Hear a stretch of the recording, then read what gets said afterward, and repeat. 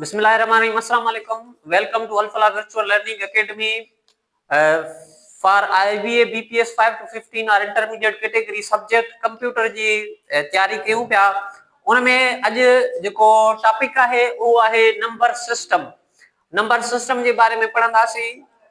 त अच्छा, number system जेको है सो मेन जेके नंबर सिस्टम आहिनि उहे ॿिनि क़िस्मनि जा आहिनि। हिकिड़ो आहे पोज़िशनल नंबर सिस्टम, ॿियो आहे नॉन पोज़िशनल नंबर सिस्टम। हाणे जेको पोज़िशनल नंबर सिस्टम हूंदो आहे उहो डिजिटनि खे इस्तेमालु कंदो आहे रिप्रेज़ेंटेशन जे लाइ। उनमें डिजिट सां उन नंबर सिस्टम खे रिप्रेज़ेंट कयो वेंदो आहे।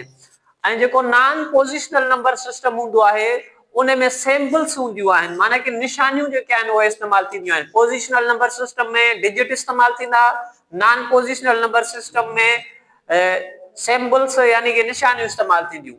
इन non positional number system one is represented as अच्छा, नॉन पोज़िशनल नंबर सिस्टम जेको आहे उनमें वन खे पाण हीअं रिप्रेज़ेंट कंदासीं, माना जीअं पाण रोमन में लिखंदा आहियूं अहिड़े तरीक़े सां 2 हूंदो त 2 खे हीअं ऐं 3 खे पाण हिन तरीक़े सां रिप्रेज़ेंट कंदासीं। हाणे जेको नंबर सिस्टम आहिनि उहे मेन जेको आहे 4 क़िस्मनि जा हूंदा आहिनि, जंहिंमें हिकिड़ो आहे decimal number system. Decimal number system अहिड़ो नंबर सिस्टम आहे जंहिंजो बेस 10 आहे, 0 खां वठी करे 10 ताईं उनमें डिजिट हूंदा आहिनि।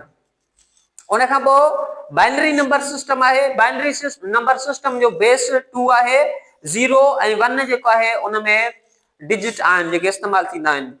ऑक्टल नंबर सिस्टम जो बेस 8 आहे, जंहिंमें 0 खां वठी करे 7 ताईं उनमें डिजिट हूंदा आहिनि। उन खां पोइ हेक्साडेसिमल नंबर सिस्टम जो बेस 16 हूंदो आहे ऐं उनमें 0 खां वठी करे 9 ताईं अदद हूंदा आहिनि ऐं ए खां वठी करे एफ ताईं वरी उनमें अंग्रेजी जा जेके लेटर आहिनि उहे इस्तेमालु थींदा आहिनि। In positional number system base is the number of digits the system comprises, माना कि पोज़िशनल नंबर सिस्टम में बेस उहो हूंदो जेतिरा नंबर उन में मौजूद हूंदा, जेतिरा उन सिस्टम में नंबरनि जो ताइदाद उनमें जेतिरो मौजूद हूंदो। मिसाल जेकॾहिं पाण वटि डेसिमल नंबर पाण ॾिसूं त डेसिमल नंबर में 0 खां वठी करे 9 ताईं डिजिट आहिनि, माना 10 आहिनि, त पोइ उनजो बेस जेको आहे उहो 10 हूंदो। Abacus is used to doing arithmetic calculations around 25 years ago, माना कि abacus जेको हुयो उहो arithmetic calculation जे लाइ इस्तेमालु थींदो हुयो 2500 साल अॻु में। BCD is the binary coded decimal form of representation of numbers in 4 digits, माना कि BCD हिकु बाइनरी कोडेड डेसिमल फॉर्म आहे नंबरनि जो जेके रिप्रेजेंट कबो आहे 4 बिट्स में। A decimal number consists of 10 digits from 0 to 9, माना डेसिमल जेको सिस्टम आहे उनमें 10 अदद हूंदा आहिनि 0 खां वठी करे 9 ताईं। In other name of base is radix, यानी कि बेस जो जेको ॿियो नालो आहे उहो रेडेक्स आहे। त इहो बि अहम आहे एमसीक्यूज़ जे लाइ, त बेस जो ॿियो नालो छा आहे उहो रेडेक्स आहे। Roman number system is not a positional number system. Roman number system जेको आहे उहो पोज़िशनल नंबर सिस्टम न आहे। It uses symbols to represent numbers, छाजे करे त हिन में जेके सिंबल आहिनि माना कि निशानियूं आहिनि उहे इस्तेमालु थींदियूं आहिनि। जॾहिं त पोज़िशनल नंबर सिस्टम में डिजिट्स थींदा ऐं जेको नॉन पोज़िशनल नंबर हूंदो आहे उनमें सिंबल थींदियूं आहिनि। त रोमन नंबर सिस्टम जेको आहे उनमें सिंबल्स जेके आहिनि उहे इस्तेमालु थींदियूं आहिनि, त उनजे करे ही नॉन पोज़िशनल सिस्टम में अचे थो ऐं ही पोज़िशनल न थींदो।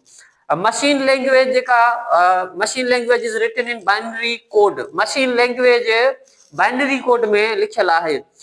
सिंबल जेके हिन में पाण पढ़ियोसीं त हेक्साडेसिमल में ए खां वठी करे एफ ताईं लेटर जेके आहिनि उहे इस्तेमालु थींदा आहिनि। त हाणे जीअं ॾिसो पाण वटि 0 खां वठी करे 9 ताईं त उनमें अदद जेके आहिनि उहे इस्तेमालु थींदा। उन खां पोइ जेॾीमहिल 10 ईंदो त उते 10 त उन में कोन हूंदो आहे, पोइ 10 जी जॻह ते उते ए इस्तेमालु थींदो आहे। अहिड़े तरीक़े सां वरी 11 जी जॻह ते उते बी इस्तेमालु थींदी आहे ऐं 12 जी जॻह ते उते सी ऐं उन खां पोइ 13 जी जॻह ते उते डी ऐं 14 जी जॻह ते ई ऐं 15 जी जॻह ते एफ इस्तेमालु थींदो आहे। त माना हुन में जेके नंबर न हूंदा आहिनि त पोइ उन्हनि जी जॻह ते वरी ही लेटर इस्तेमाल थींदा आहिनि। हाणे हिन में MCQs में इहो सवाल काफ़ी में अची आयो आहे टेस्ट में त एफ जेको आहे इहो हेक्साडेसिमल नंबर में माना के एफ कहिड़े नंबर खे रिप्रेजेंट करे थो उते, त पोइ इहो जेको आहे एफ 15 खे रिप्रेजेंट करे थो।